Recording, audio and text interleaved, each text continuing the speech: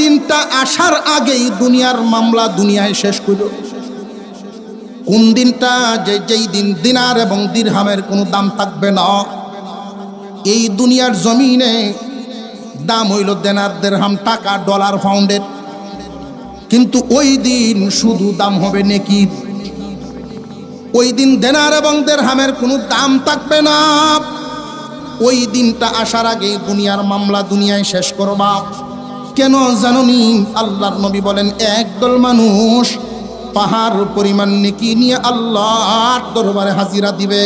আল্লাহ পাক রব্বুল আলামিনের দরবারে গিয়ে বলবে, আল্লাহ, পাহাড় পরিমাণ নেকি নিয়ে আসলাম, দেখো নামাজের সওয়াব, রোজার সওয়াব, যাকাতের সওয়াব, হজের সওয়াব, আগের কাতারের মুসল্লি, মসজিদের সভাপতি, এলাকার মাতবর, মেম্বারও আসলাম। এটি সওয়াব আছে না? সহি শুদ্ধভাবে মেম্বারি করার সওয়াব আছে না নাই? সহি শুদ্ধভাবে মাতাব্বরি করার সওয়াব আছে না নাই? সব লাইন দেখো, পাহাড় পরিমাণ নেকি লই আমি তোমার দরবারে হাজির হইছি, জান্নাত দাও।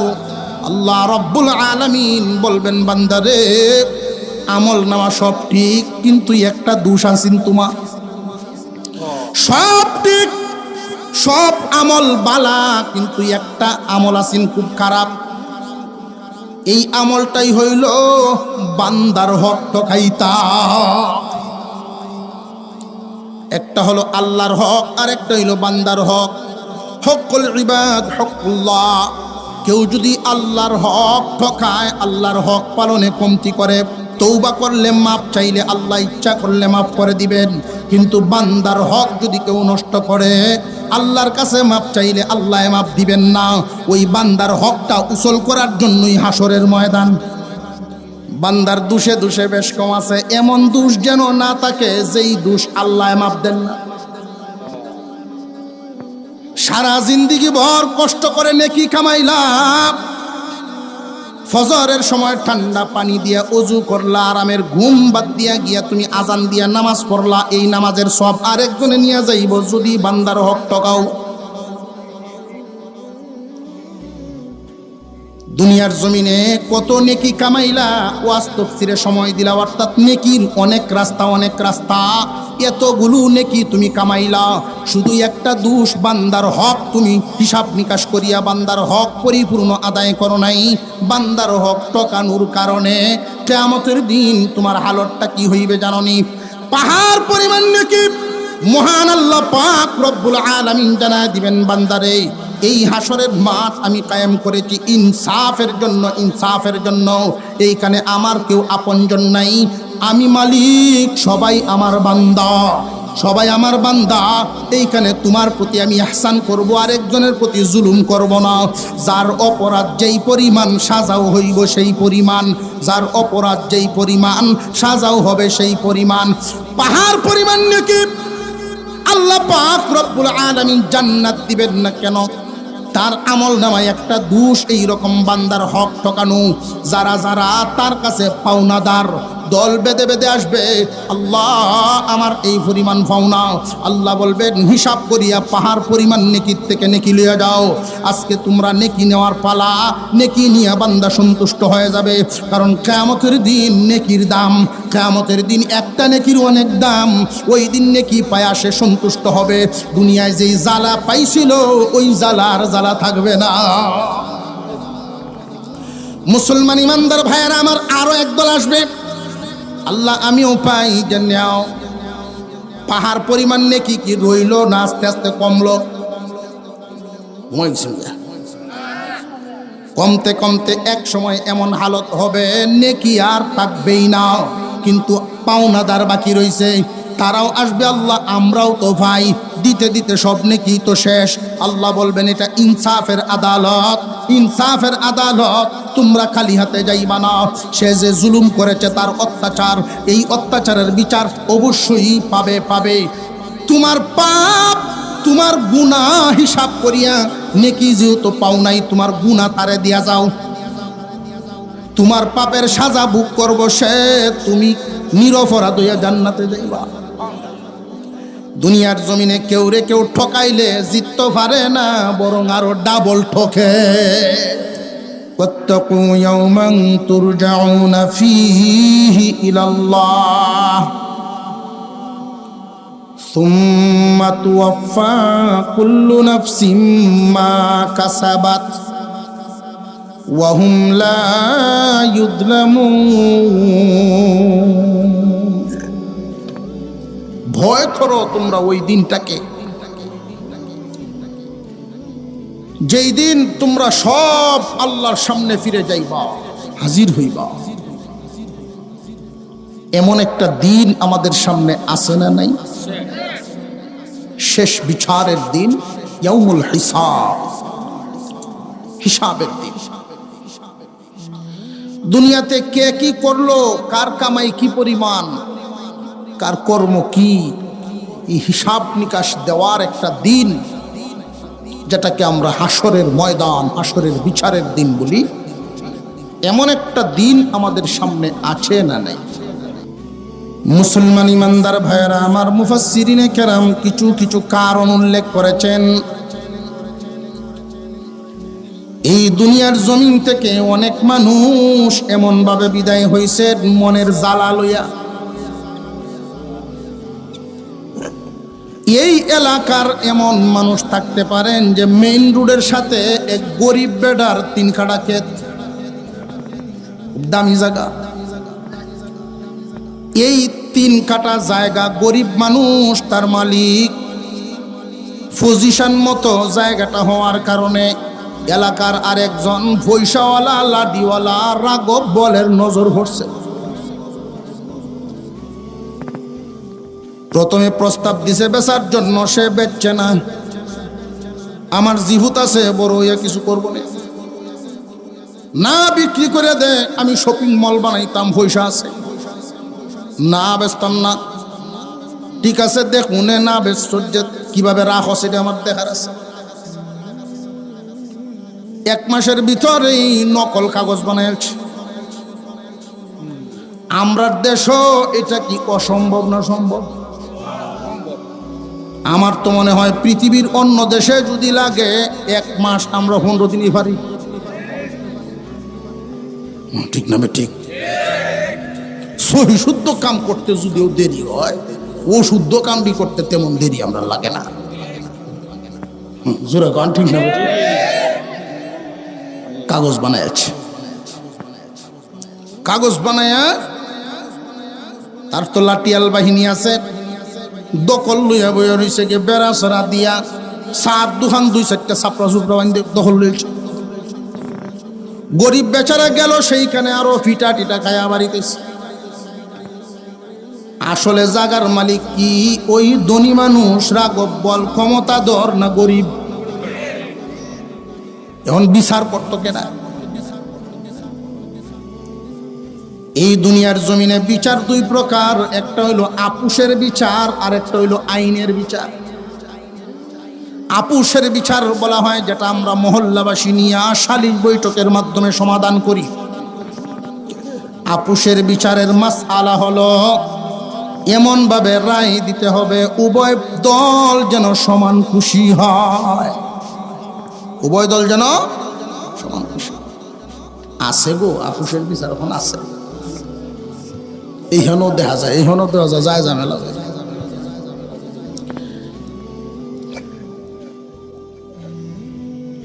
আমি যে উদাহরণ টানতাছি, কেউ রুফরে নি ফিরে দেয়, আল্লাহর রাস্তায় মাফ করবে, আমি তো জানি না, বুঝে আইতেছি না।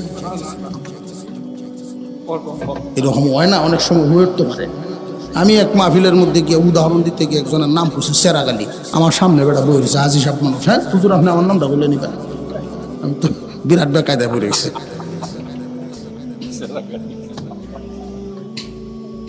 এমন হয় না? বিচার 2 প্রকার, একটা আপুসের, একটা আইনের। আপুসের বিচারের মাসআলা হলো এমন রায় দিতে হবে উভয় দল যেন সমান খুশি হয়। আর আইনের বিচার হলো আইন যাবে যেদিকে, রায় যাবে সেই দিকে, কে খুশি কে বেজার দেখার ব্যাপার না। বিচার কয় প্রকার? একটা হইলো আইনের, আর একটা আপুসের।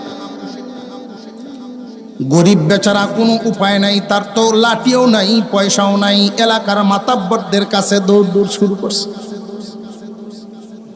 মাতাব্বরদের একটা চিন্তা থাকে, কৌশল থাকে, যারা নীতি আদর্শ হারা, এরার চিন্তা হইল দরবার হইলেই তো আমার লাভ। কথা বুঝাইছে? গরিব বেটা যার দ্বারই যায়,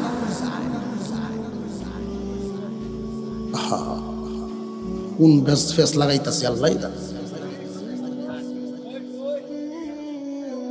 যার কাছে যায় সেই মাতবরই তারে পরামর্শ দেয়। এই এতদিনে একটা সুযোগ পাইছি, দরবার একটা বফর, এতদিনে সুযোগ পাইছি, দরবার একটা বাউকর। গরিব বেচারা হুন্যে মনে হচ্ছে 7-8টির শক্তি পাইছি শুনল। যে মাতবরের দ্বারও যায় এই কথা কয়। বেড়াও একটা দিন ঠিক করিয়া বিশাল আকারে 10 গাউলিয়া দরবার দিছে। যেই দিন ডেট দরবারের, এর আগের দিন রাত্রে বাসা বাসা মাতাওয়ালা দেইখা প্রত্যেক মাতাব্বরের বাড়ি ওই পয়সাওয়ালা লোক এক একটা কাম পাঠাইছে, কামের ভিতরে তাবিজ বরা। যেই তাবিজের অ্যাকশন মিস নাই, বুঝুন না? পরের দিন দরবার শুরু হয়েছে। দরবারের মধ্যে একজন প্রথমেই দাঁড়ায়া বলে, জমির আলাপ পরে সলিমদ্দির ভূত কলিমদ্দি এরকম সম্মানী মানুষের নামে যে এত বড় দরবার ডাকলো, আগে হেই বিচারক বেড়া করছে আরো বিভিন্ন। এমন এক রায় হইছে, গ্রাম সারা হইছে, বাড়ি সারা। বেটা কি বিচার ভাইছে? মনে জ্বালা আছে না নাই? আপুসের দ্বারস্থ হইয়া বিচার পাইল না, সে গিয়ে এখন কিশোর এক বাসা লইয়া থাকে। এখন তো একটা জায়গা রয়েছে, আইনের বিচারটা তো রয়েছে, কাগজপত্র যেহেতু ঠিক আছে, জজ সাহেবের সামনে গেলেই তো আসল নকল ধরাবো। আমার তো আসল কাগজ আছে, সেই বলে সে দিছে মামলা করিয়া। রাঘব বল, টাকার জোর লাঠির জোর তো অভাব নাই। প্রত্যেক এলাকার বড় বড় কিছু নেতা ঢাকা শহর আছে না, ফদ ফদবি উল্লেখ করে লাভ নেই, বিহুড্ডাটা কেনতাম না। ফোন দিছেন থেকে জীবনটা বড় দল করতে করতে জীবন নষ্ট করলাম, এখন অমুখের ভূত অমুখে বুঝে আমার জেল খাটাইব, আমার নামে মামলা দিছে, মাথা কি ঠিক আছে বুঝি? উরুম তুরুম শুরু করছে ফোন করিয়া। ডাহার নেতা কয়, তুমি ঠান্ডাও আমি দেখতাছি, ঠান্ডাও আমি দেখতাছি। ডাহার সাহেবে ফোন দিছে জজ সাহেবের কাছে কিশোরগঞ্জ। জজ সাহেব, আপনি কি কিশোরগঞ্জ থাকবেন না বাঁকবেন? নেতার হুন ভাইয়া কয়, স্যার কি হয়েছে আগে এটা কয়।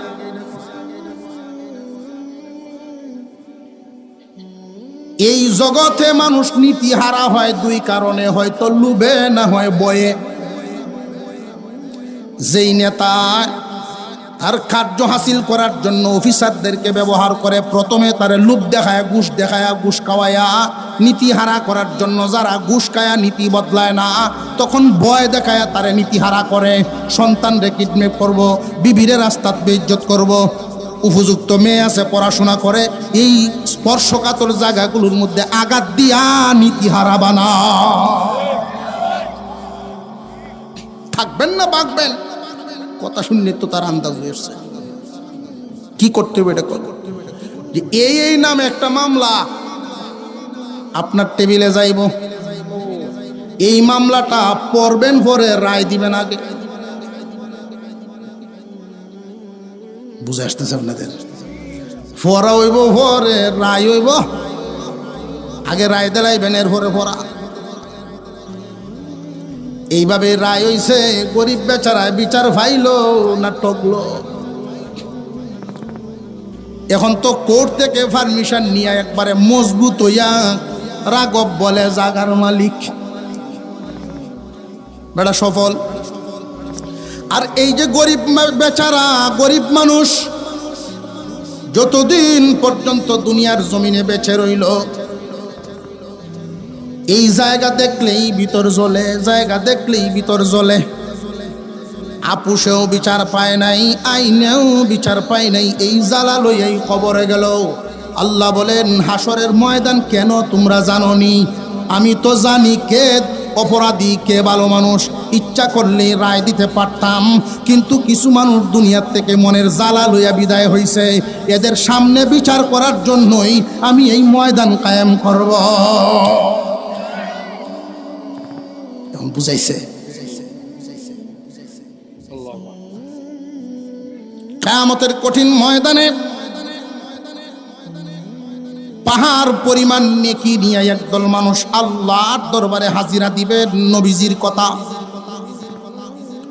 قال النبي صلى الله عليه وسلم إن كانت له مظلمة لأخيه من عرضه أو شيء فليتحلله منه اليوم قبل أن لا يكون دينار ولا درهم إن كان له عمل صالح أخذ منه بقدر مظلمته وإن لم يكن له عمل صالح أخذت من سيئات صاحبه فحمل عليه।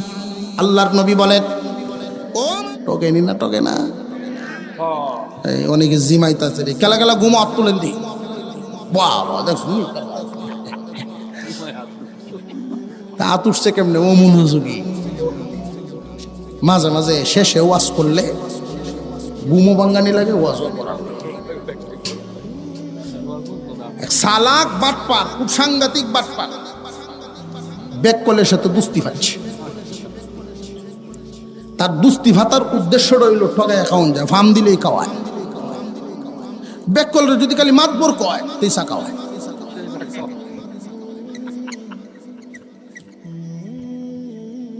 ফলের মৌসুম, মাতবর ফল তো সব শেষ হয়ে গেল, খাইলাম না কিস্তাই। মাতবরকে এক কার্ডও আনছে, ও দুজনে খাইলাই বাটিয়া, আপনি অর্ধেক দিবেন আর আমি অর্ধেক দেব। সালাক বেটা একবার না, মাতবর এটা বুঝছে না। আমি একটা ইনসাফের কথা কই, বলেন যে যেমন খাইব এমন বিল দিব। খায়া খায় আমরা কুশ খাইয়া বেশি সামনে থইমু, যার জয়টা কুশ হইব এই পরিমাণ বিল দিব। খুব সুন্দর একটা হিসাব করছেন আপনি, এর লাগি তো আপনি আমার দুষ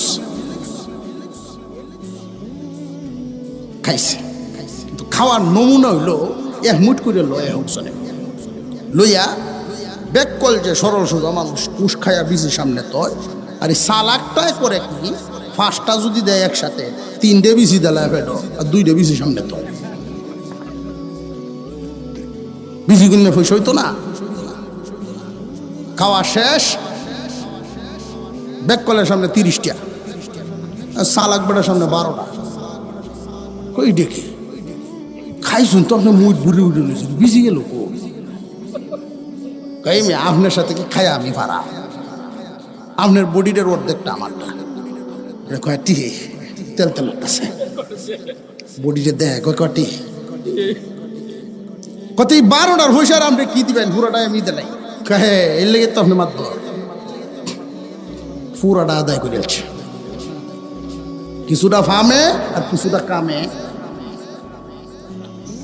রাত্রে যখন বাড়িতে আইছে, ফেট ফুলছে গ্যাসে, কাঁচা কাটল বেশি খাইছে, গ্যাস হইব না। বেবি সবকে ভাত খাইতেন না, খায় না রে, কাটল খাইছে বাজারও, ভাত খাইতাম না।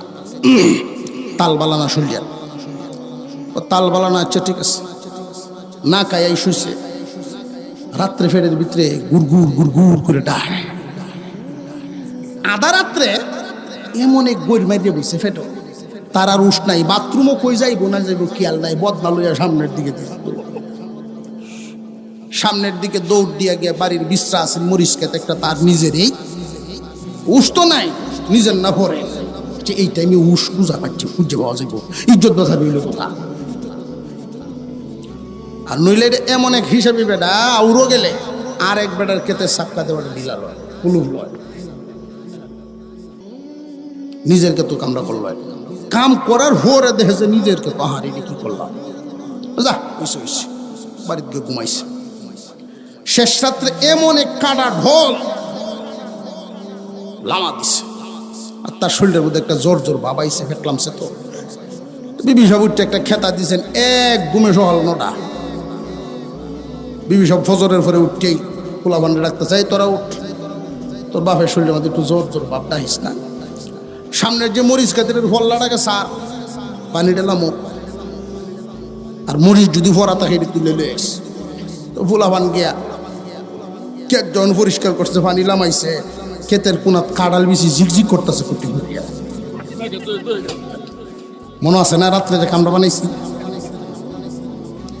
ফুলা মানে করছি কি বিজি লই আইছে বাড়ি। মায় কই বিজি করতে আনছস? ও ক্ষেতের কোনাত ফুরি আছে। কোনো ফুলা মানে মনে হয় দুষ্টামি করে চুরি করে না কাড় উঠাইছে। যা বালা কাম করছস, লই আইসস। তোর বাপ রাত্রেও ভাত খাইছে না, জোরের মুখ, একটা বর্তা বানায় দিই, কটা 4টে খাই বটে। শুকনা মরিচ বাজিয়া সরিষার তেল দিয়া ওইটা একটা দিছে বর্তা বানায়। ঘুমত উঠিয়া কিরম চরিত্রের লোকটা যাচাই করব, বাজার তো না আনলে তো যাচাই করা হইলো তরিকা, আর চরিত্র তো এই তরিকার না। প্রথম বেড়া গরম ভাত দিয়া পেট ভরিয়া খাইছে, খায়া বর্তাটা বানাইছে। কাঁঠাল বেশি কই ফেসলা? বিবি সব কয় তোমার কপালে দিছে, কপালে। আমার কপালে? বলে হ্যাঁ, ফুলাবান গেছি মরিচ খেত, এমনি বেড়া কলজাত কামড় করছে রে।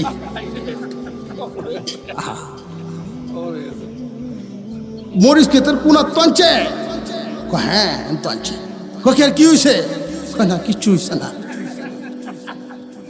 যদি কয় বউ জীবন ভরা গাতাইতো না, তখন সে একটা প্রবাদ লেখছে, ঠকাইলে কেউ জিততে পারে না, বরং জনমের মতো ঠকে। কেউ রে কেউ ঠকাইলে জিততে পারে না, বরং এই ঠকানো তার জন্য তাকে। দুনিয়ায় তুমি মাল ঠকাইবা, আখেরাতে তোমার নেকি যাইব। কম দামা জিনিস ঠকাইবা, তোমার বেশি দামা জিনিস লস হইব। ক্ষণস্থায়ী জিন্দিগিতে ঠকাইবা, তুমি চিরস্থায়ী জিন্দিগিতে হারাইবা। ক্ষণস্থায়ী জিন্দিগিতে তুমি ঠকাইবা, চিরস্থায়ী জিন্দিগিতে তুমি হারাইবা। ঠকায়া জাত হইয়া গেলাম, ভোগ করবে অন্যরা, কিন্তু লসে পড়লা তুমি। তোমার মতো বুকা এই জগত না। এখন আপনাদের সামনে 1-2টা দিক তুলে ধরি, কোন ধরনের বিচারটা, কে কে বিচার প্রাপ্তি হবে, বিচার প্রার্থী কারা কারা হবে, এরকম 1-2টা নাম তুলে ধরি।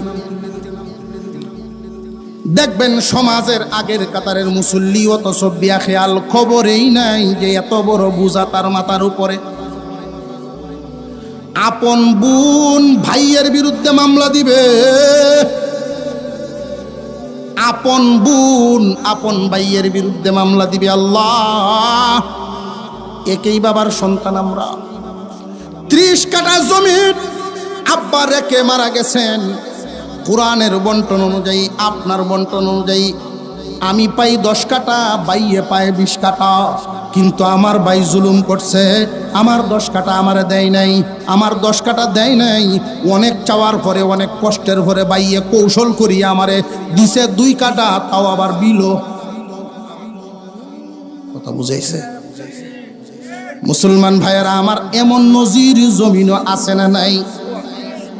হাজি সাহেব মানুষ জিগাইলাম, বোনের হক দিছেন, কয় আমার টেন চায় না। বুনে চায় না, কেন চায় না ভাই তুমি জানো নি? প্রত্যেকটা মহিলার চোখের সামনে বাবার বাড়িটা বাসে। যেই উঠানে সে বড় হয়েছে, যেই পুকুরে গোসল করে খেলাধুলা করতো, এই বাড়িটা যে ছাড়ছিল, বাবা নাই। যদি ভাইয়ের কাছ থেকে এই জায়গাটা আমি নিয়ে আসি, ভাই কষ্ট পাইব জীবনে, আর আমার বাড়ি তাই তো। মহিলারা নরম মনের মানুষ, এই ভয়ে তোমার কাছে চায় না। তুমি পাষাণ ভাই, তুমি জালেম, তোমার বোন রে তুমি ঠকাইলা। তুমি যে বোনরে ঠকাইছো, তোমার উচিত ছিল বাবার ইন্তেকালের পরে এই জমিনের হিস্সা লইয়া বোনের বাড়ি যাওয়া। তুমি যদি সত্যিকারের ইমানদার হইয়া থাকো, সত্যিকারের ইমানদার, আল্লাহর ভয় যদি টিকেই তোমার ভিতরে থাকে, হাসরের ময়দানের বিচারের ভয় যদি তোমার ভিতরে থাকে, তুমি বোনের বাড়িতে যাইবা, বোন রে তোমার হিস্সা তুমি নেও, আমার হিস্সা আমি রাখি। ওই সময় বোনে যদি খুশি হইয়া বলেন যে ভাইজান অনেক বড় পরিবার আপনার, এখন আমার দরকার নাই, যখন লাগে আমি চায়া নিব, এখন আপনি করিয়া খাইতে থাকেন, এরপর থেকে তুমি এই জমিনে হাল বাওয়া তোমার জন্য জায়েজ। যদি বোনে খুশি হইয়া অনুমতি তোমার না দেয়, হাওরের ডাকাতি আর এই জমিনের কৃষি কোনো বেশ কম নাই। মাসালা আনবেন, আনেন। মানুষের আকল বিবেক তো কিছু আছে।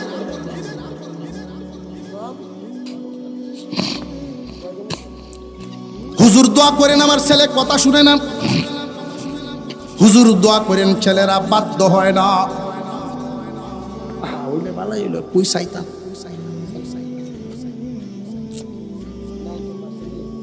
এমন রুগী আছে না নাই সমাজের মধ্যে? বোনের হক ঠকানিয়া পার্টি আছে না নাই? যখন হিসাবটা মিলায়, ভাইয়ের অর্ধেক বোনেরা পায়ালায়, হিসাবটা মিলাইলে বাপের গৃহস্থিরে শুরু হয়ে, এতটা কেমনে দেই, যে এতটা যে তুমি দেও না ভাই, একবার কি চিন্তা করছো যদি আল্লাহ তোমারে এই বাপের ঘর না পাঠাইয়া কোনো গরিব বাপের ঘর পাঠাইতো, তখন কি ভাইলায়? তুমি ইমানদারির নজরে দেখবা, দুনিয়াদারির নজরে দেখো না।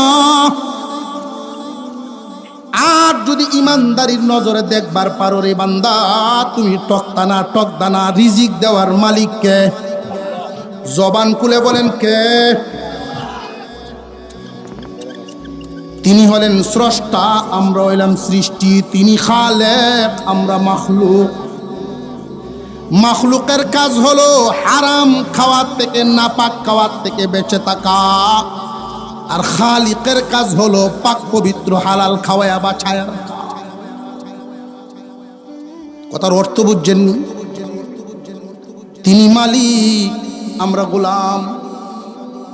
মালিক আমরারে বানাইছেন, কেমনে বাঁচাইবেন মালিকের চিন্তা। আমরার কাজ হইল হারাম থেকে বাচ্চা থাকা, আর আল্লাহর কাম হালাল খাওয়ায়া বাছায়া রাখা। বান্দা কয়দিন ধৈর্য ধরছ হালাল খাওয়ার জন্য? কয়দিন ধৈর্য ধরছ যে আমি উপবাস সহ্য করতে পারতেছি না, ক্ষুধা সহ্য হয় না? কয়েকদিন উপবাস থাকতে থাকতে সুদের টাকাটা খাইছি। কয়দিন সহ্য করছো তুমি? ধৈর্য ধারণ করে তুমি আল্লাহর হাওলা করে থাকো, মহান মৌলাই করিম 2.5 দিন পার করবেন না, তোমার জন্য 1 বছরের খাবার, হালাল খাবার বাজেট করে দিব।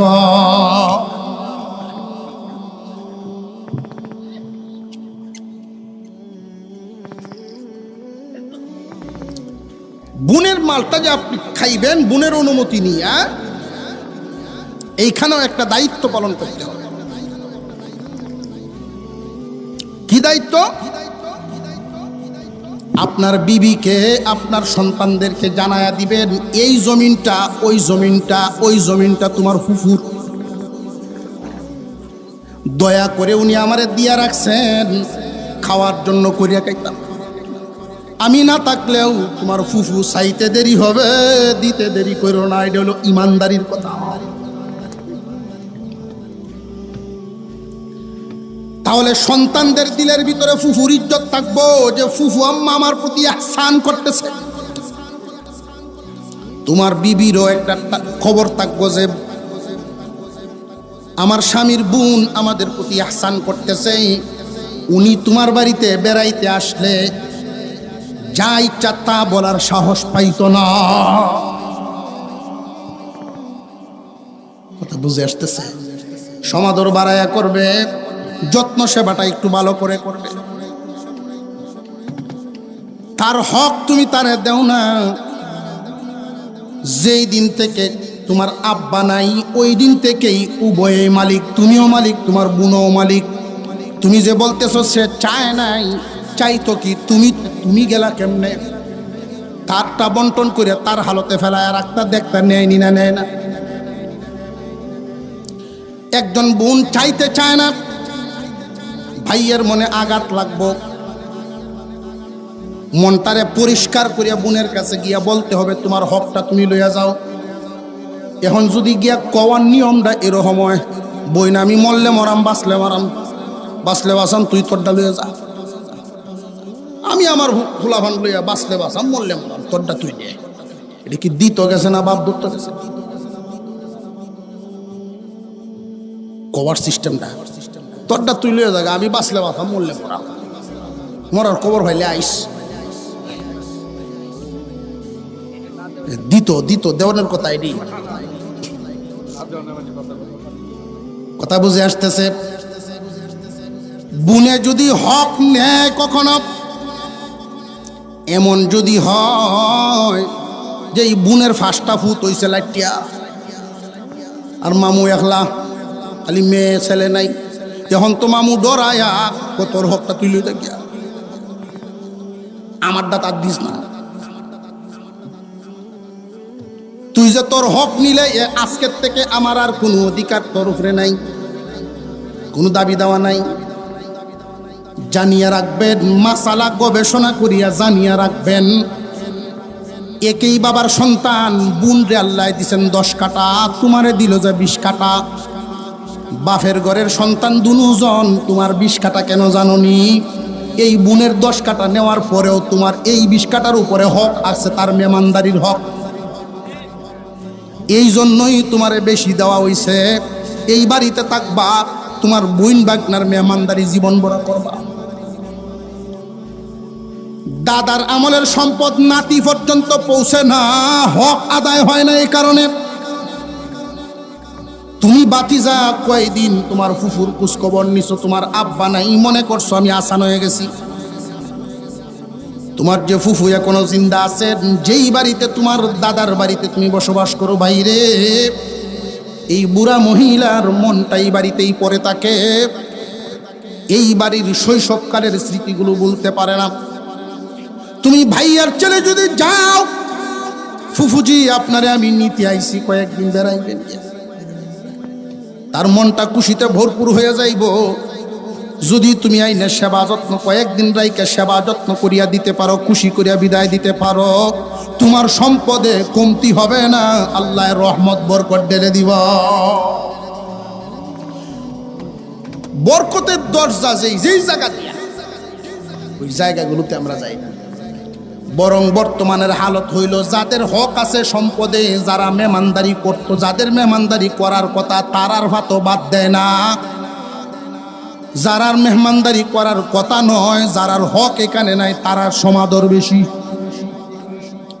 ফুফাতো ভাইয়ের আইছে, মামাতো ভাইয়ের আইছে, চাচাতো ভাইয়ের আইছে, রক্তের সম্পর্ক আইছে, খাইব। তো এরার ভাতও কম, এরার কদর কম। যদি হোর বাড়ির দেখা যায় বাইরার সম্বন্ধী আইছে, বাইরার চাচাতো ভাই, বাইরার চাচাতো ভাই, কাছের না একটু দূরে। আমরার বর্তমান সময়টা হইল কাছের মানুষরে দূরে ঠেলে দেয়, দূরের মানুষরে কাছে টানে। 1 নাম্বার দেখলাম বুনে নালিশ করব ভাইয়ের বিরুদ্ধে, একটা অবস্থা পাইলাম। আরো একটা কইতাম নি, অসুবিধা হইতো না তো? বাড়ির জ্ঞানী আবার কাজে লাগবেন। বিবি নালিশ দিবে স্বামীর বিরুদ্ধে, বাড়ির জ্ঞানী কই শুনি আইসি, তুই বলে আল্লাহর কাছে বিচার দিবি আমার তা? বাড়ির জ্ঞানী কই বিবি নালিশ দিবে স্বামীর বিরুদ্ধে। আল্লাহ,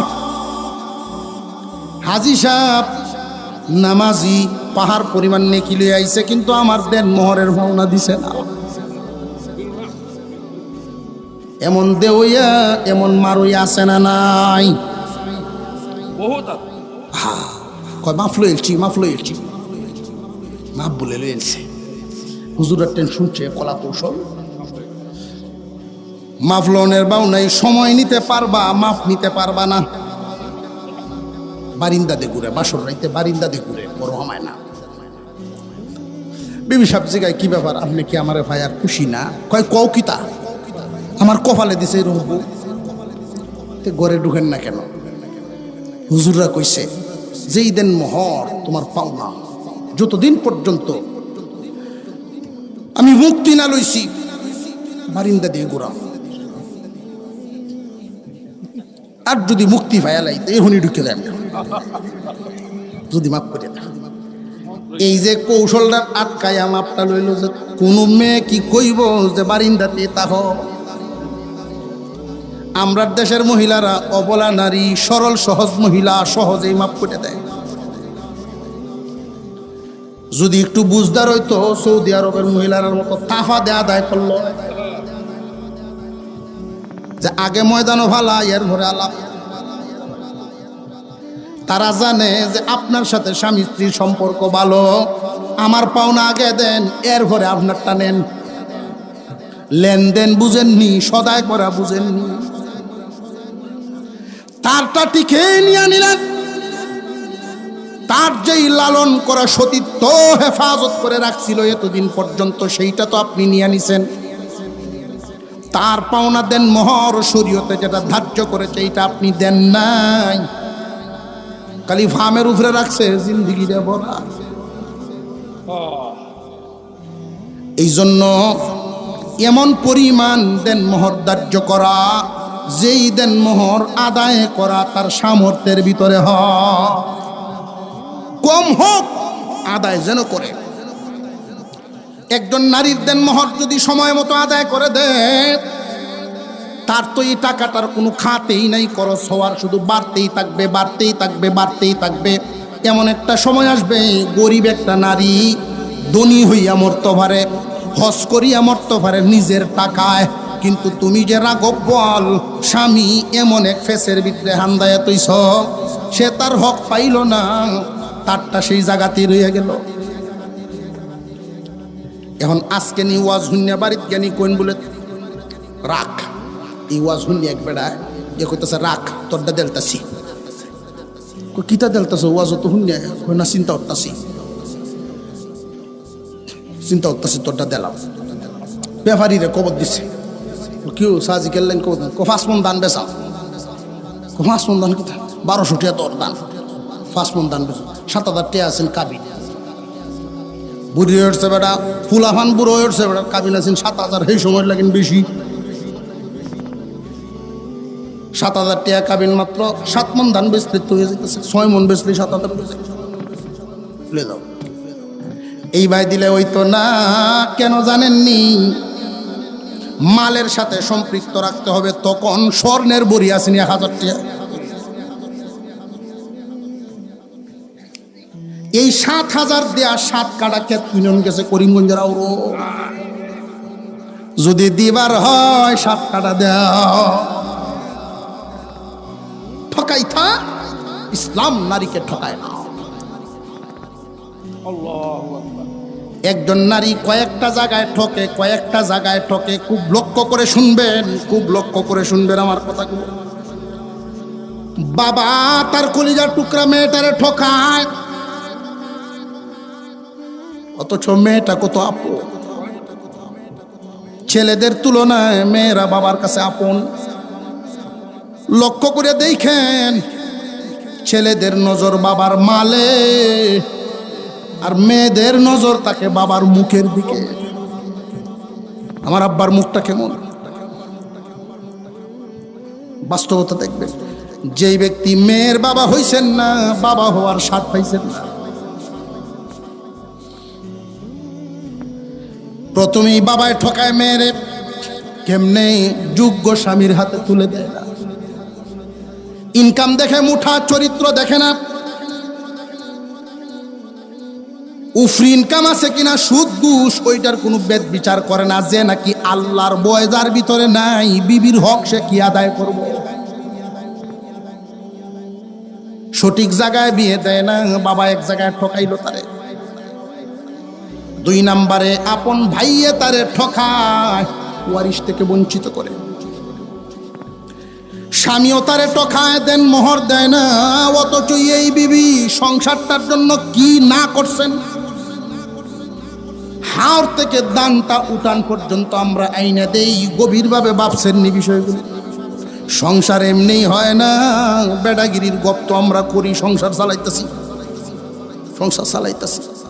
হাওর থেকে ধানটা শুধু উঠান পর্যন্ত এনে দিলাম, এরপরে মহিলায় কি করে দেখবেন, একটা মুরগিরে খাইতে দেয় না। কি হেফাজত! সিদ্ধ দিল, উপযুক্ত করিয়া শুকাইলো, আপনি শুধু ভাঙ্গায় আইনে দিলেন কুটায়া। এরপরে যে চাউলটিরে জাত করা, খুন আলাদা করা, কুড়া আলাদা করা, চাউলগুলো হেফাজত করা, শুধু এই মহিলা একলা খাইব না, পরিবারের সবাই। বাজারের ব্যাগটা শুধু ঘর পর্যন্ত আইনা পৌঁছায়া দিলেন, মাছ তরকারি যা কিছু আনা লাগে ঘরের দরজা পর্যন্ত যা আইনা দিলেন। এরপরের কাজটা কি পরিমাণ কষ্টের একটু ভাবছেন নি? একদম দস্তরখান পর্যন্ত প্লেটে যে উঠায়া দিল, এর ভিতরে কি পরিমাণ তদারকি লাগছে, কি করছে না সে, জিন্দিগিটা কাটায়া দিল। অথচ তার হকটা স্বামী সময় মতো দেয় না, স্বামীর কাছেও ঠকলো, বাবা ভাই স্বামী শেষ পর্যন্ত নিজের সন্তান, কলিজার টুকরা সন্তান তার কাছে নির্যাতিত হয়ে মারা যায়। একজন বুড়া মহিলা কতটুকুন কষ্ট দিলের ভিতরে চাপা নিয়ে তারপরে কবরে যায়। সন্তান যতটুকুন হক আদায় করা, এই হকটুকু আদায় করে না। হিসাব মিলাইছেন? স্বামীর বিরুদ্ধে কিয়ামতের দিন নালিশ দিবে, বিবি আমার হক আদায় হয় নাই। সংক্ষিপ্ত আকারে একটা কথা বলে ফেলি, পরের মালের দিকে লোভ দিবেন না, লোভ দিবেন না। কেন জানেননি? সম্পত্তি দেওয়ার মালিক কে? এই বিশ্বাস যদি আপনার তাকে, বোনের হক বোনরে দেন, বিবির হক বিবিরে দেন, আল্লাহ আপনারে না খাওয়ায় রাখবেন না। তকদির যদি ভালো হয়, মাল যদি আপনারে চায়, আল্লাহ যদি আপনার তকদিরে লেখে রাখেন যে মালে আপনারা চাইব, তখন দেখবেন বোনের মাল আপনি কিনতে পারবেন, এই তৌফিক আল্লাহ আপনারে দিব। এর চাইতে বেশি মালের মালিক আল্লাহ আপনারে বানায় দিতে পারে। ছেলে যদি দুইটা যোগ্য হয়, তখনই তো পয়সার বরকত। কিন্তু কাটা লড়াইবেন না। নীতি আদর্শ কেমন জিনিস, আল্লাহ যদি দেয়, আল্লাহর দেওয়াটা অনেক মিষ্টি হয়। কইতাম নি একটা ঘটনা, কইলেতাম। এই ঘটনাই শেষ আলোচনা।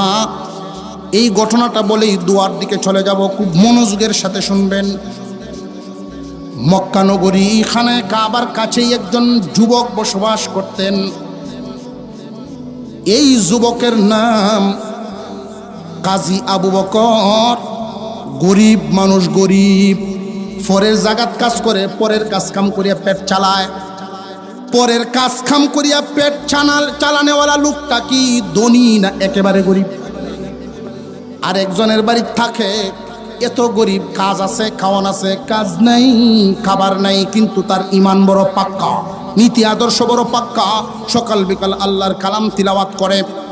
এই কাজী আবু বকর মক্কার হাজিদের খেদমত করতেন। হাজিরা খুশি হইয়া হাদিয়া দিলে নিতেন।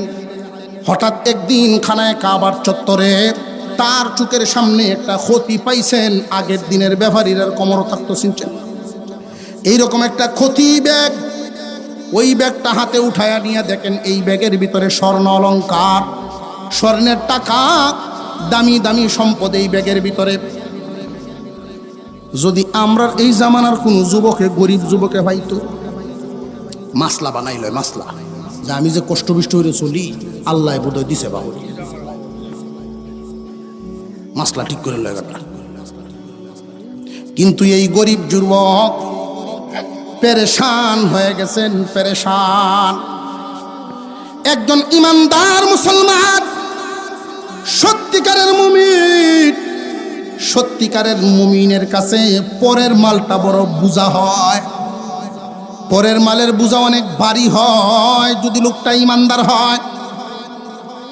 পরের মাল সবার কাছে মজা লাগে না। কাজী আবু বকর এই ব্যাগটা নিয়ে পেরেশান হয়ে গেছেন। তাবুতে তাবুতে যান, কেউ কি হারাইছেন এরকম কোনো ব্যাগ?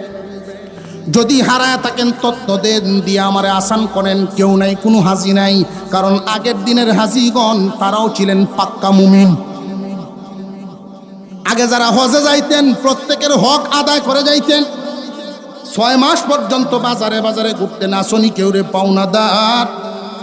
যদি তাকেও পরিশোধ করে যাই, এহরামের কাপড়ে আমার কাফনের কাপড় হইবার পারে, সবার কাছ থেকে দাবি ছুটায়া তারপরে যাই।